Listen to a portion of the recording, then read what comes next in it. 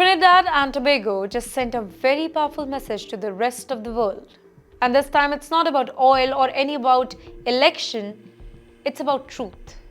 Hello and welcome to TimesXP. I am Trithiyatri. And while international headlines explode with the claims about US drug wars in the Caribbean, Port of Spain is saying one thing loud and clear. Don't believe everything that you read. Instead of TimesXP, of course. But you know what? It all started with CNN report that shook the diplomatic circles. The story claimed that Britain, one of America's closest intelligence allies, has quietly stopped sharing intelligence with the US about suspected drug trafficking ships in the Caribbean. Why? Because according to CNN reports, London no longer wanted to be complicit with the US military strikes that allegedly killed dozens of people. The report said that at least 76 people have died in recent drug boat operation, and that British officials now believe that the US actions violated the international law. A stunning claim and one that immediately caught global attention. And here's why Trinidad and Tobago stepped in. With a firm and skeptical tone, a top government official speaking to the Express dismissed the entire report as fake news from the foreign media. Well, the official said Trinidad and Tobago would not respond to unverified reports, specifically when they rely only on anonymous resource and not any official fact. Basically, in other words, unless the information comes from a real, accountable authority, Trinidad and Tobago is not going to buy that. And then didn't stop there, by the way. The government pointed out a major contradiction in the CNN story.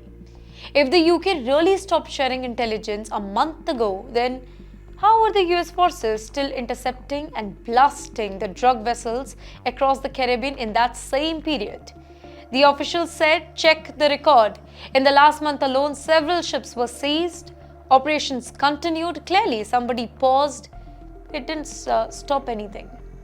And also, this isn't the very first time when Caribbean nations have had to push back against Western media sensationalism.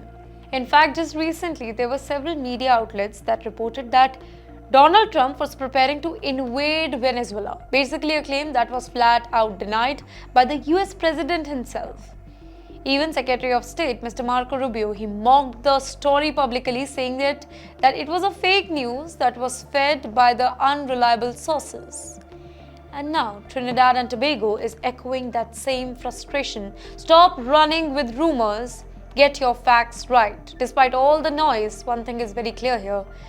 Trinidad and Tobago still stands firm with the United States. Government sources say that the country will continue to support Washington's anti-narcotics operation in the Caribbean.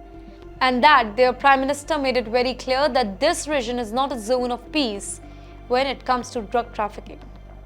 Well, they believe that cooperation with the US is very important for regional security, no matter what foreign media hardlines claim. And in the meantime, in Venezuela, tensions are heating up.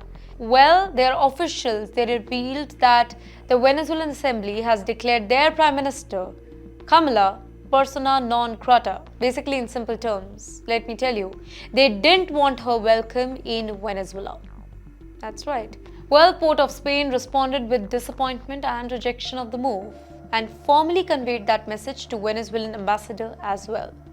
You know, tensions got so bad that Venezuelan Assembly was uninvited from the national ceremony.